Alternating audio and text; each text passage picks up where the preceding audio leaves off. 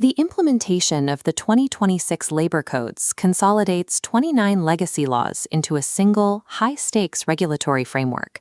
Every payroll calculation now carries the weight of a statutory mandate, where an arithmetic error can lead to significant corporate liability.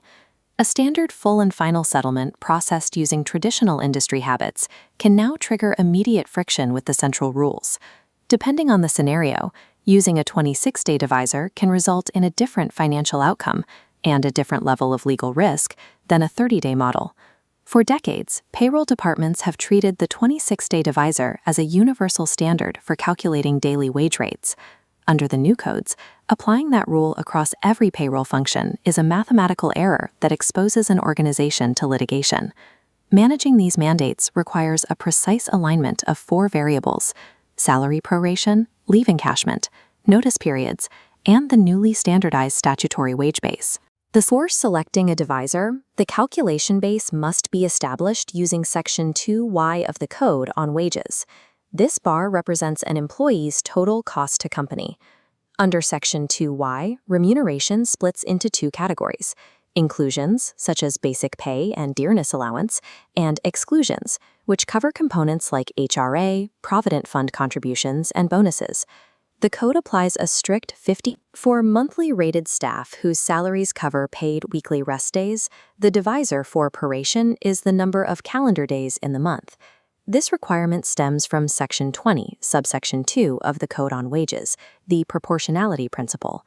The law states that a wage deduction for absence cannot exceed the exact proportion of the time the employee was actually away from work.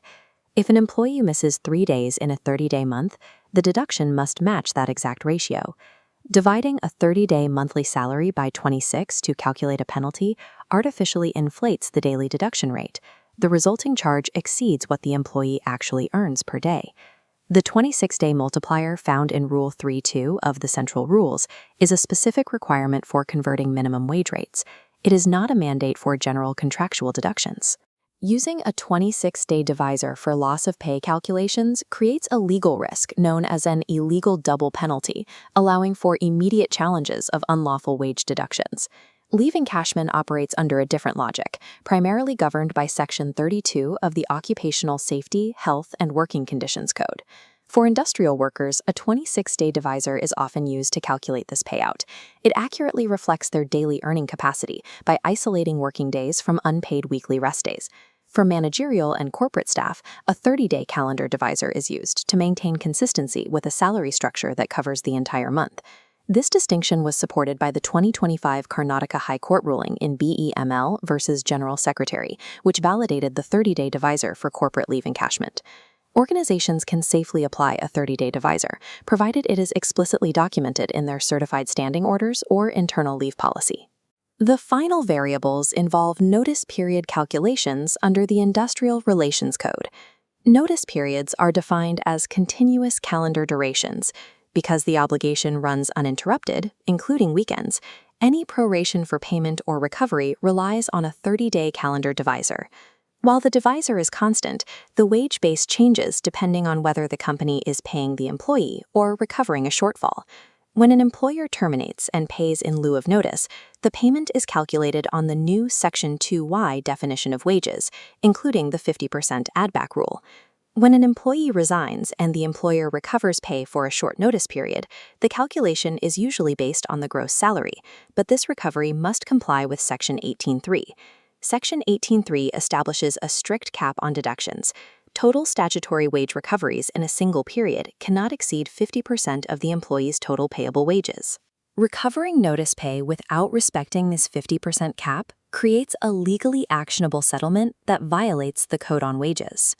The Code on Wages imposes a strict 2-working-day timeline for processing these full and final settlements after an employee exits. Audit readiness requires a standardized matrix: proration using calendar days, leave encashment using a 26 or 30-day divisor based on policy, notice periods always using calendar days, and a notice base that adheres to Section 2Y while respecting the 50% deduction cap. The 26-day divisor functions as a specific statutory tool rather than a universal payroll constant. Its application requires explicit justification under the Central Rules. HR and legal departments must audit their system configurations and internal policies to ensure these specific mathematical requirements are met before the next employee exit. Legal risk management under the 2026 codes relies on mathematical precision. Algorithms provide the ultimate shield against regulatory scrutiny.